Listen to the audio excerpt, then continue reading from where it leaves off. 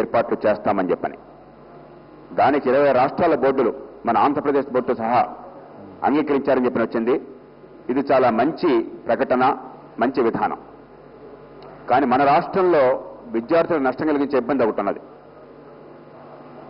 1984లో జూన్లో సుప్రీంకోర్టు తీర్పు ఇచ్చింది. వైద్య కళాశాలల్లో, డెంటల్ కళాశాలల్లో ప్రవేశం కోసం అని చెప్పని దేశం మొత్తంలో 15% సీట్లని దేశం మొత్తానికి కేటాయించండి ఆల్ ఇండియా కాంపిటీషన్ కోసం అని చెప్పని. కానీ ఆంధ్రప్రదేశ్కి, జమ్మూ కాశ్మీర్కి మినహాయింపునిచ్చారు మన కోరిక మీద. ఈ కారణంగా ఏమవుతోందంటే 40,000 సీట్లు దాదాపుగా దేశంలో ఎంబీబీఎస్ సీట్లు ఉండగా ఆంధ్రప్రదేశ్ విద్యార్థులకి ఆ సీట్లు అందకుండా పోతున్నాయి. దేశం మొత్తంలో అందరికీ తెలుసు, పోటీ పరీక్షల్లో కూర్చున్నట్టయితే మన రాష్ట్రానికి చెందినటువంటి విద్యార్థులు దేశంలో అగ్రస్థానంలో ఉంటారు. ఐఐటి అడ్మిషన్లు చూసినా, ఇతరమైనటువంటి జాతీయ స్థాయి పోటీల్లో చూసినా కూడా ఆంధ్రులు మొట్టమొదటి స్థానంలో ఉన్నారు. కాబట్టి పోటీలో పాల్గొపోవడం చేత నష్టం మనకే వస్తున్నది.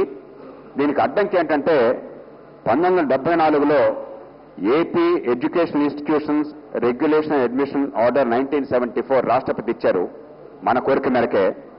దానికి అనుగుణంగా జీవో 646 1979లో ఎడ్యుకేషన్ గురించి మనం ఇచ్చాం.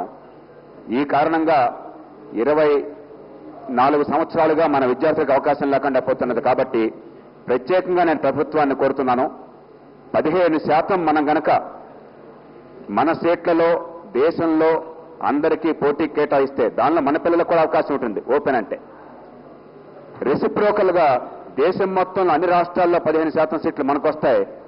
ప్రధానంగా లాభం పొందే ఆంధ్రప్రదేశ్ విద్యార్థులు కాబట్టి 24 ఏళ్లుగా తాత్సారం చేస్తూ ఉన్నాం. కేవలం దీని గురించి చదువుతున్న అవగాహన లేక, పరిశీలన లేక.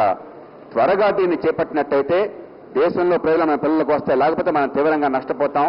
ప్రభుత్వాన్ని దయచేసి చాలా త్వరితంగా దీన్ని చేపట్టవలసిందిగా కోరుతున్నాను మీ ద్వారా. మినిస్టర్ గారు. అధ్యక్ష, గౌరవ సభ్యులు చెప్పిన విషయాన్ని నోట్ చేసుకున్నాము. ఆ డిస్కషన్ నిన్ననే స్టార్ట్ అయింది. తప్పకుండా